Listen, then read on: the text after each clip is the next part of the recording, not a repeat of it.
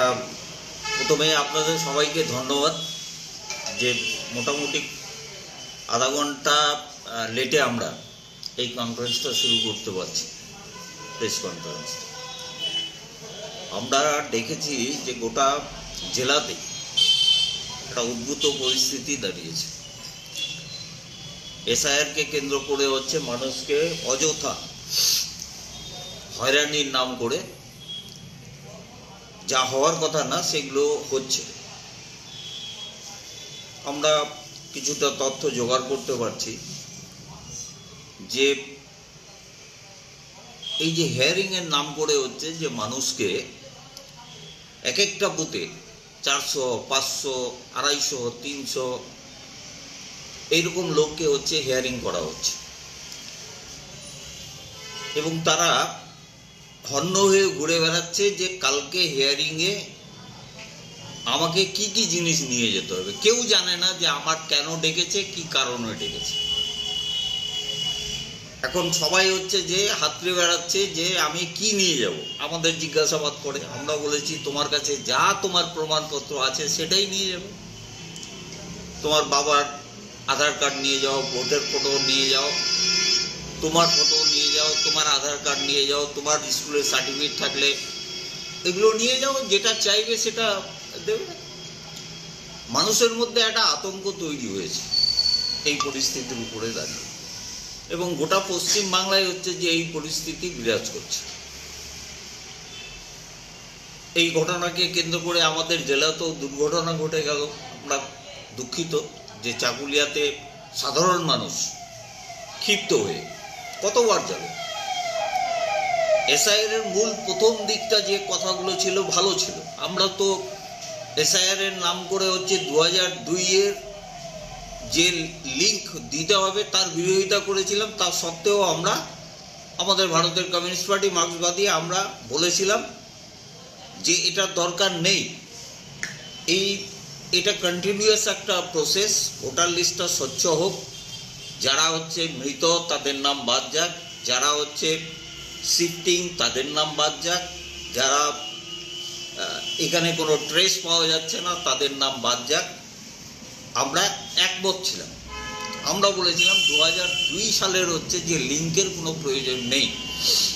তা সত্ত্বেও মানুষকে আমরা বললাম যে ঠিক আছে, এবং যে কন্ডিশনগুলো তারা দিয়েছিল যে 2002-এর যদি লিঙ্কেজ না পাওয়া যায় তাহলে আপনার এই 12-13টা প্রমাণপত্র লাগবে। সেগুলো আমরা মানুষকে আমাদের তরফ থেকে বোঝানোর চেষ্টা করেছি, এবং সেই পর্বটা হচ্ছে যে মানুষ খুব ভালোভাবে সেটাকে গেছে, মানুষ সাহায্য করেছে। নির্বাচন কমিশনের যারা আধিকারিক, যারা কর্মচারী, তাদের সাথে হচ্ছে সহযোগিতা করেছে। কিন্তু এই ইদানিং হচ্ছে যে খসড়া তালিকার পরে যে নোটিশগুলো জারি শুরু হলো তার থেকে মানুষের মধ্যে হচ্ছে একটা আতঙ্ক তৈরি হয়েছে। এখন একটা পরিবারে হয়তো 5-6 জন আছে, 2 জনের নোটিশ হয়েছে, 3 জন আবার ঠিক আছে।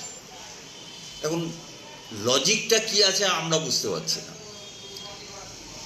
ভেসে বেড়াচ্ছে একটা লজিক যে 1 থেকে 6 জন যদি ছেলে মেয়ে থাকে কোনো গার্জিয়ানের, তাহলে তাকে নোটিশ করো।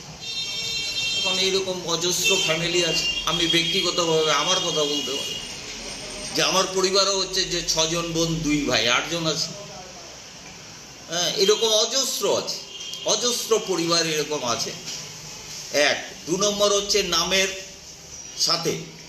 কারণ ধরেন আমি উদাহরণ দিচ্ছি যে আমার দাদুর নাম হচ্ছে আজম আলী, আমার বাবার নাম হচ্ছে মজরুল হক, আমার নাম যেমন আনোয়ারুল হক।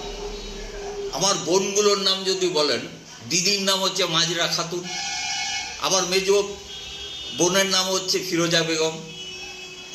এই যে কেউ বেগম, কেউ খাতুন, এইগুলো হচ্ছে যে আমাদের বিশেষ করে মুসলিম কমিউনিটির মধ্যে এই নামগুলো হচ্ছে হয়। আবার বিবাহ হয়ে গেলে হচ্ছে কেউ বিবি লেখে, আবার কেউ অবিবাহিত অনেকেই মুসাম্মাত লেখে। এই কথাটাও আছে যে মুসাম্মাতম, এরকম লেখেন।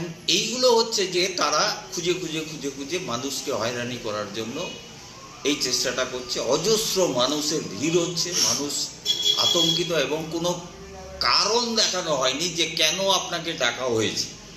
আমাদের বক্তব্য যে একটা লোক হেয়ারিংয়ে যখন যাবে তাহলে তাকে কি কি জিনিস নিয়ে যেতে হবে, তার জন্য কোনো কারণ নেই। হ্যাঁ, কোনো কারণ নেই। লজিক্যালি হচ্ছে যে তাকে ডাকা হয়েছে, কি জিজ্ঞেস করবে, কি ও নিয়ে যাবে, কি উত্তর দেবে, এগুলো হচ্ছে যে সবটাই অন্ধকারের মধ্যে মানুষ আছে, যার জন্যই এটা মানুষ হচ্ছে যে হয়রানির মধ্যে আছে। আমাদের জেলায় প্রায় 10 লক্ষ পরিযায়ী শ্রমিক রয়েছে। এই পরিযায়ী শ্রমিকদের মধ্যে বেশিরভাগ লেখাপড়া জানে না, অনলাইনে যেটা বলছে অনলাইনে প্রসেসিং নোটিফিকেশন, সেই ক্ষেত্রে এইগুলো আগের ঘটনা ছিল যে যারা পরিযায়ী শ্রমিক অনেকেই আছে, আমাদের জেলার প্রচুর মানুষ হচ্ছে যে বাইরে কাজ করতে গেছে, এবং মাঝখানে বললো যে ওদের পরিবারের যে কোনো একজন হিয়ারিংয়ে আসলেও হবে। তাহলে সেই লোকটার হচ্ছে কোন কাগজপত্রটা নিয়ে যাবে সেগুলো বলতে হবে, যে তার প্রমাণপত্র কী লাগবে, এই নিয়ে আছে যে ওকে আসতেই হবে। এবং আরও যেটা দু একটা জায়গায় যা হিয়ারিং হয়ে গেছে তাতে বলছে যে মেয়েদের যেখানে নাম আছে সেখানে তার বাবা বা মাকে গিয়ে বলতে হবে যে হ্যাঁ এ আমার ছেলে, আমার মেয়ে। এই কি সম্ভব? এ একটা অরাজকতা, একটা অগণতান্ত্রিক পদ্ধতিতে হচ্ছে যে এই কাজ হচ্ছে, রাজনৈতিক স্বার্থকে সিদ্ধি করার জন্যই হচ্ছে যে এই কাজ হচ্ছে। আমরা তার জন্য প্রতিবাদ আমরা করছি, আমরা মাঠে আছি। আগামী 19 তারিখ হচ্ছে যে আমরা এসডিওর কাছে হচ্ছে 4টে দাবিকে সামনে রেখে আমরা একটা ডেপুটেশনের চিঠি আমরা করেছি। 4টে দাবির মধ্যে হচ্ছে প্রথম আমরা বলেছি যে ওয়াকফ আইন কেন চালু করা হলো, ওয়াকফের বিরোধিতা করতে হবে, ওয়াকফ আইন বাতিল করতে হবে। 2 আমরা বলেছি যে ওবিসি এ ক্যাটাগরিকে বি ক্যাটাগরিতে কেন করা হলো তার প্রতিবাদ করছি। 3 আমরা বলেছি 100 দিনের কাজ অবিলম্বে চালু করতে হবে। 4 এই এসআইআর যে ঘটনাগুলো ঘটছে আমরা এটাকে যুক্ত করেছি। এখন আমাদের কাছে সবচেয়ে বেশি প্রাধান্য আমরা এসআইআরকে করতে চাই, যে আমরা 1 নম্বর দাবি আলোচনা করব এসআইআর নিয়ে।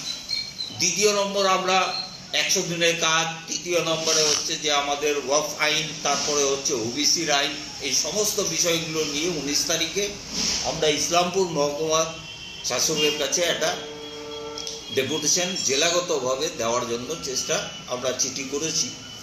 যদিও এসডিও অফিস থেকে আমাদের কাছে একটা আবেদন করেছে যে আপনারা একটু পিছিয়ে দেন, কিন্তু আমরা বলেছি যে আমাদের প্রতিনিধিমূলক হচ্ছে যে কয়েকজন আপনার সাথে কথা বলবে, কিন্তু প্রতিবাদ সভাটা হচ্ছে যে আমাদের হবে। এখন এই সিচুয়েশন যেটা তৈরি হয়েছে সেই সিচুয়েশনে আজকেও এসডিও অফিসের সাথে আমাদের যোগাযোগ হয়েছে, কথাবার্তা হয়েছে। আমরা বলেছি, পরিষ্কার করে দিয়েছি যে আমরা 19 তারিখে হচ্ছে আপনার যাবই, এবং এর সাথে সাথে আমরা 21 তারিখে আমাদের রায়গঞ্জে জমায়েত হচ্ছে, সেইখানেও আমরা এই কথাগুলোকে নিয়ে যাব। সেখানে কোনো ডেপুটেশনের প্রোগ্রাম নেই, আমরা কিন্তু একটা সভা আমরা 21 তারিখে করব রায়গঞ্জে, এই সমস্ত দাবি দেওয়ার ভিত্তিতে। এখন ওয়াকফ নিয়ে যে কথাটা, এখন হঠাৎ করে এই ওয়াকফ, অনেকেই জানেন না যে এই ওয়াকফটা কী। ওয়াকফ কথাটার অর্থ হচ্ছে দান করা, মানে আমাদের ইসলামিক শরীয়তে যা বলছে সেটা হচ্ছে কোনো সম্পত্তি দান করা। 2 ধরনের সম্পত্তি দান করার সুযোগ আছে। ওয়াকফ তৈরি হয়েছিল ইসলাম ধর্ম যখন প্রতিষ্ঠিত হয়েছে, তারপর থেকে হচ্ছে ওয়াকফটা চালু হয় গোটা পৃথিবীতে। ব্রিটিশ গভর্নমেন্টও 1913 সালে প্রথম ওয়াকফ আইন তৈরি করেছে, 1934 সালে তারা সংশোধন করেছে। আমাদের দেশ স্বাধীনতার পর 1954 সালে প্রথম এই আইনটা তৈরি হয়। 1964 সালে হচ্ছে যে এই আইনের কিছুটা সংশোধনী আনা হয়, যে ওয়াকফ বোর্ডকে নিয়ে হচ্ছে যে যেন কোনো দুর্নীতি, কোনো সম্পত্তি হরপ কেউ না করতে পারে, তার জন্য হচ্ছে সংশোধনী করে, অনেকবার আমাদের ভারতবর্ষেও সংশোধনী করে যে ওয়াকফ বোর্ডটাকে হচ্ছে আরও শক্তিশালী কী করে করা যায় তার জন্য সরকারের হচ্ছে তত্ত্বাবধান কিছুটা থাকবে, নজরদারি থাকবে, যার জন্য হচ্ছে যে কাজ। কিন্তু হঠাৎ করে 2024 সালের পার্লামেন্টে হচ্ছে যে এই আইন পরিবর্তন করার জন্য একটা বিল পাস করা হয়। 2025 সালে সেই আইনটা হচ্ছে যে পাস হয়ে যায়, হ্যাঁ, সংখ্যাগরিষ্ঠের হচ্ছে যে গায়ের জোর যেমন দেখায়, তেমনি সংখ্যাগরিষ্ঠতার জোরে হচ্ছে যে এই আইনটাকে পাস করা হয়। এবং সবচেয়ে দুঃখের বিষয় হলো যে সেই ওয়াকফ আইনটাকে হচ্ছে যে পরিবর্তন করে ওয়াকফ কথাটাকে তুলে দেওয়া হয়েছে, যেটা থাকবে না। তারপরে কিছু কিছু পরিবর্তনের কথা যেগুলো বলেছে সেগুলো হচ্ছে যে আমরা এই ওয়াকফের যারা হচ্ছে যে চাইছি বা যারা আমরা এটাকে ভোগ করছি বা ওয়াকফের সম্পত্তির যে অধিকার যাদের আছে, তারা এই সমস্ত কথাগুলোকে মেনে নিতে পারে না। তার জন্য আমাদের পার্টির পক্ষ থেকে যে একটা মাইনরিটি একটা সেকশনের হচ্ছে যে অধিকার থেকে বঞ্চিত করার জন্য হচ্ছে একটা ষড়যন্ত্র হয়েছে, যার ফলে আমরা ওয়াকফটাকে নিয়ে আসছি। ওবিসির সুযোগ সুবিধা আমরা দেখেছি বিগত দিনে বামফ্রন্ট সরকার যখন ছিল তখন সাচার কমিটির রিপোর্টের ভিত্তিতে হচ্ছে ওবিসি ক্যাটাগরি করা হয়েছিল। এই ক্যাটাগরিতে যারা ছিলেন তারা হচ্ছে অনেকেই ডাক্তার আছে, অনেক ইঞ্জিনিয়ার আছে, অনেক ভালো আধিকারিক হয়েছেন আমাদের দেশের মধ্যে আছে। এই সুযোগ সুবিধাগুলো ছিল। একটা পিছিয়ে পড়া সমাজ তারা কি করে এগিয়ে যায় তার জন্য হচ্ছে সংরক্ষণ করা ইত্যাদি এইভাবে চলতি। বর্তমানে হচ্ছে যে ওবিসি একে ক্যাটাগরি চেঞ্জ করে তারা বিতে করেছে, যার ফলে হচ্ছে যে যারা এই শিক্ষার ক্ষেত্রে যে সুযোগ সুবিধাগুলো বা অন্যান্য ক্ষেত্রে যে সুযোগ সুবিধাগুলো ছিল সেগুলো হচ্ছে যে তারা বঞ্চিত হচ্ছে। স্বাভাবিক কারণে হচ্ছে যে আমরা এই ওয়াকফ এবং ওবিসি বিরোধিতা আমরা করছি এবং এই আইনকে বাতিল করতে হবে। এই নিয়ে আমরা আমাদের পার্টির পক্ষ থেকে হচ্ছে আমরা বিভিন্ন মানুষের কাছে আবেদন করেছি এবং ওয়াকফ নিয়ে হচ্ছে ওবিসি নিয়ে তার সাথে আমরা যুক্ত করেছি যে 100 দিনের কাজ অবিলম্বে চালু করতে হবে। এবং আজকে আপনারা বলছিলেন যে 10 লক্ষ মানুষ হচ্ছে আমাদের জেলার থেকে বাইরে কাজ করছে। এই যে পরিযায়ী শ্রমিক হয়েছে তার কারণে এখানে আমাদের জেলাতে কোনো কর্মসংস্থান বা আমাদের রাজ্যের কোনো কর্মসংস্থান না থাকার ফলে হচ্ছে যে তারা বাইরে যেতে বাধ্য হচ্ছেন। এমন কোনো পাড়া নেই যে পাড়ার থেকে হচ্ছে 10-20 জন লোক বাইরে কাজ করতে যায়। আমার পাড়াতে আমি যে পাড়ায় থাকি, গ্রামের বাড়ি, সেইখানে প্রায় 30 থেকে 35 জন একটা পাড়ার মধ্যে তারা হচ্ছে যে ভিন্ন রাজ্যে হচ্ছে কাজ করতে গেছে। এরকমও বুড়ি আমাদের জেলার ক্ষেত্রে আছে। তার পেছনের কারণ তো মানুষের রোজগার এখানে নেই, কর্মসংস্থান নেই, শিল্প নেই, কলকারখানা নেই, শিক্ষা ব্যবস্থাটা ধ্বংস হয়ে গেছে। আজকে কেউ আর শিক্ষামুখী হতে চান না। তার কারণ হচ্ছে যে তারা বুঝতে পারছেন যে শিক্ষিত হয়ে পিএইচডি হয়ে ঘুরে বেড়াচ্ছে, তারা হচ্ছে একটা চাকরি কোনো জায়গায় পাচ্ছেন না। স্বাভাবিক কারণে হচ্ছে যে বাইরে যেতে বাধ্য হচ্ছে তারা দুটো পয়সা রোজগার করতে, সংসার পরিচালনা করতে। আমরা সেই জন্য বলছি যে 100 দিনের কাজ অবিলম্বে চালু করতে হবে। তাহলে অন্তত এই 100 দিনের কাজকে আমরা যেমন দাবি করেছি, আমরা পার্লামেন্টে যে 200 দিন কাজ চালু করতে হবে। যদিও রেশিও আমাদের এখানে 30-35 দিন 40 দিনের বেশি যায় না। সেই ক্ষেত্রে আমরা দাবি করছি এই সমস্ত পরিস্থিতি এবং উদ্ভূত পরিস্থিতি শান্তি শৃঙ্খলা যেন বজায় থাকে। প্রশাসনের দায়িত্ব এই জায়গাটায়। চাকুলিয়ার ঘটনাকে কেন্দ্র করে হচ্ছে যে আমরা প্রতিবাদ করছি যে এই ধরনের ঘটনা না ঘটলেই ভালো হতো, কিন্তু মানুষের ক্ষোভ একটা জায়গায় তৈরি হয়েছে। মানুষকে যে হয়রানি করাচ্ছে, অযথা হয়রানি করাচ্ছে, যার ফলে মানুষে হচ্ছে যে একটা ক্ষোভের জায়গায় চলে গেছে। বিভিন্ন জায়গায় ঘটনা ঘটছে এবং সেখানে হচ্ছে যে পুলিশ প্রশাসন ইতিমধ্যে বা আমাদের সাধারণ প্রশাসন যে ব্যবস্থাগুলো গ্রহণ করার চেষ্টা করছে, যে সেখানে হচ্ছে যে প্রচুর পরিমাণে ফোর্স নামিয়ে যাকে তাকে ধরার জন্য ইতিমধ্যে 19 জন প্রায় গ্রেপ্তার হয়েছে শুনছি। আমরা জানলাম আজকে যে 2টো কেস করা হয়েছে। 2টো কেসের মধ্যে 19 জন হচ্ছে গ্রেপ্তার হয়েছে, তাদের বেল হয়নি এবং ধরপকড়টা জারি রেখেছে। আমরা আগামীকাল চাকুলিয়ায় যাব, আমাদের পার্টির পক্ষ থেকে আমরা যাব। আমরা ওখানকার পুলিশ প্রশাসনকে বলবো, ওখানকার সাধারণ সিভিল প্রশাসনকে বলবো যে অযথা মানুষকে যেন হয়রানি করা না হয়। প্রকৃতপক্ষে যারা দোষী তাদের গ্রেপ্তার হোক, প্রয়োজনীয় ব্যবস্থা গ্রহণ করা হোক এবং মানুষের হয়রানি কী করে বন্ধ হবে তার ব্যবস্থা করতে হবে, শান্তি শৃঙ্খলা যেন বজায় থাকে সেই চেষ্টা করতে হবে। এই হচ্ছে আমাদের মূল কথা। এবং আগামী 20 তারিখ আমরা এসডিও অফিসে বেলা 1টার সময় হচ্ছে যে আমরা সেখানে যাচ্ছি। সেখানে আমাদের সভা হবে, প্রতিবাদ সভা যেমন হবে তেমনি আমরা ডেপুটেশন দেব। বলছি বিডিও অফিসের পাশাপাশি যেটা দেখা গিয়েছে যে শাসক দলের পার্টি অফিসও ভাঙচুর হয়েছে গতকালকে আন্দোলন, কিভাবে দেখছেন বিষয়টা? তা যে কোনো পার্টি অফিসে ভাঙাটা হচ্ছে যে আমরা তার বিরোধী। কারণ এই ঘটনাগুলো হচ্ছে যে মানুষের মানুষের হচ্ছে যে একটা আতঙ্ক যে তৈরি হয়েছে। আজকে তৃণমূলের পার্টি অফিসের উপরে আক্রমণ কেন?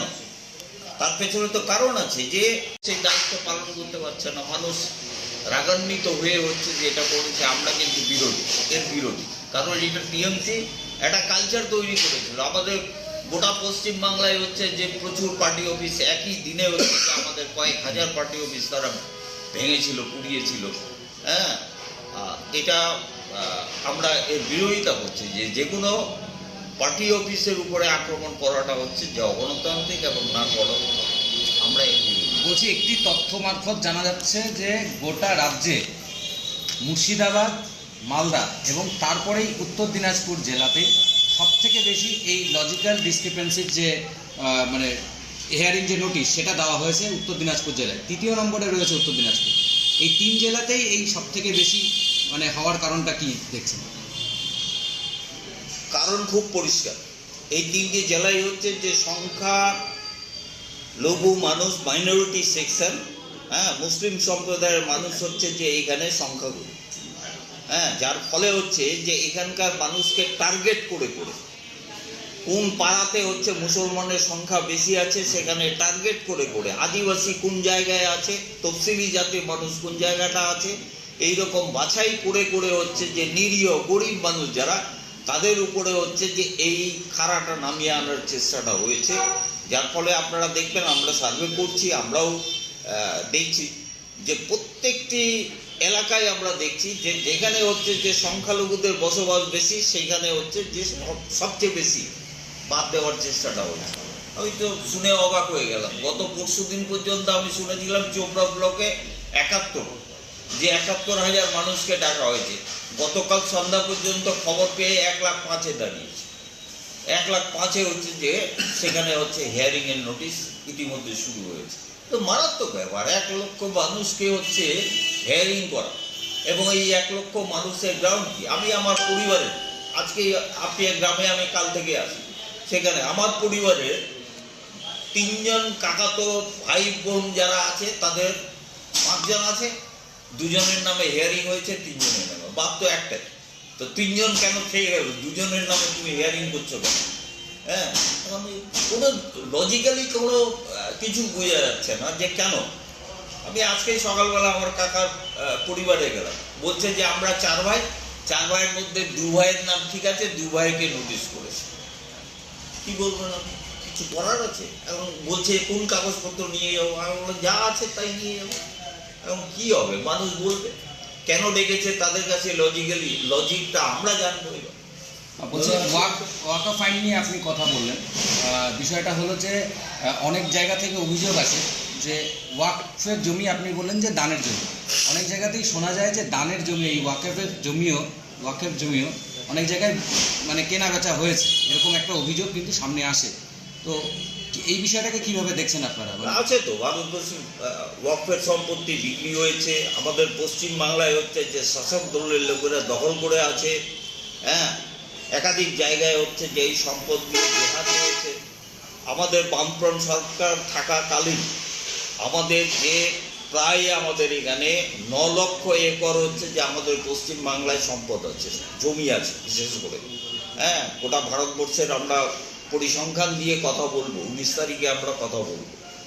যে গোটা ভারতবর্ষে হচ্ছে ওয়াকফের সম্পত্তি কতটা আছে এবং ওয়াকফ আইনটা কবে থেকে শুরু এবং কিভাবে চলছিল। আজকে এই সম্পদ হাতছাড়া হওয়ার পেছনে কারণ কি? এবং এই ওয়াকফ সম্পত্তি, এই যে আমাদের ইসলামপুর মহকুমাতে প্রচুর সম্পত্তি আছে যেগুলো হাতছাড়া হয়ে আছে। এবং এই ওয়াকফের সম্পত্তি নিয়ে হচ্ছে তৃণমূল গভর্নমেন্ট মানুষকে হচ্ছে যে বিশ্বাসঘাতকতা করেছে। তার কারণ তারা বলেছিল যে ওয়াকফ নিয়ে এখানে আমি ওয়াকফ আইন চালু করতে দেবো না, এবং ওয়াকফ নিয়ে হচ্ছে যে আপনারা আন্দোলন এখানে করবেন না, দিল্লিতে করেন। যারা আন্দোলন করছেন তারা যদি আন্দোলন করতে চান তাহলে দিল্লিতে করবে, এখানে কোনো আন্দোলন হলে আমার থেকে বেশি খারাপ কেউ হবে না। সেই ওয়াকফ আইন যখন কার্যকারী করতে শুরু করলো ভারতবর্ষে, এই পশ্চিমবাংলার সরকার 5 দিন সময় দিয়ে গোটা এলাকায় বললো যে তোমরা ওয়াকফের সম্পত্তির রেজিস্ট্রেশন করো, হ্যাঁ, আর পোর্টালে হচ্ছে যে রেজিস্ট্রেশন করো। তো সম্ভব না এই 5 দিনের মধ্যে হচ্ছে যে বিভিন্ন জায়গায় দান করা সম্পত্তি হচ্ছে যে কারো খতিয়ান আছে কারো নেই, সব কিছু 1 নম্বর খতিয়ানে ঢুকে আছে। হ্যাঁ, জমিদার জোরদাররা যারা দান করেছিল বা কিছু সাধারণ মানুষ যারা দান করেছিল তারা তো এই সমস্ত দেখেনি।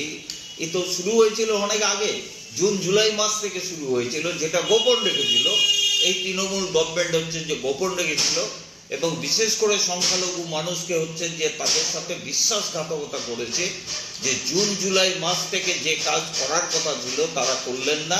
শেষে ডিসেম্বরের 5 দিন সময় দিয়ে তারা হচ্ছে মানুষকে এই জায়গাটা নিয়ে গেলেন। তার জন্য সংখ্যালঘু মানুষ হচ্ছে যে আজকে ভুগছেন, তারা উপলব্ধি করতে পারছেন যে যাদের বলতে চাইছিলাম যে তাহলে আপনার কথা অনুযায়ী বা আপনার এই বক্তব্য অনুযায়ী তাহলে বলা যায় যে পশ্চিমবাংলায় অলিখিত ডবল ইঞ্জিন সরকার চলছে।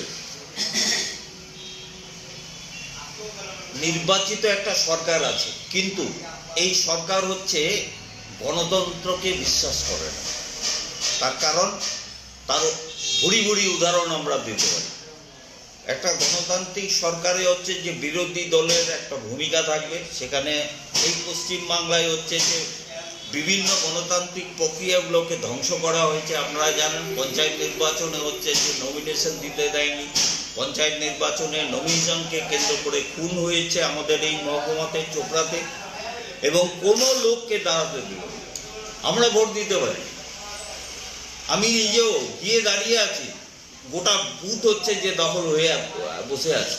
ওখানকার যারা অফিসার ছিল, যারা আধিকারিক ছিল, তাদেরকে বলছে যে আমি তো ভোট দেব, কিন্তু তারা ব্যবস্থা করতে পারেননি। অতএব গণতন্ত্রের নাম করে অগণতান্ত্রিক কার্যকলাপ এখনো চলছে। কোনো বিরোধী, গোটা পশ্চিমবাংলায় আপনি দেখবেন বিরোধী যারা এমএলএ আছে তাদেরকে ডাকে না, হ্যাঁ, তাদেরকে ডাকার কোনো প্রশ্ন নেই।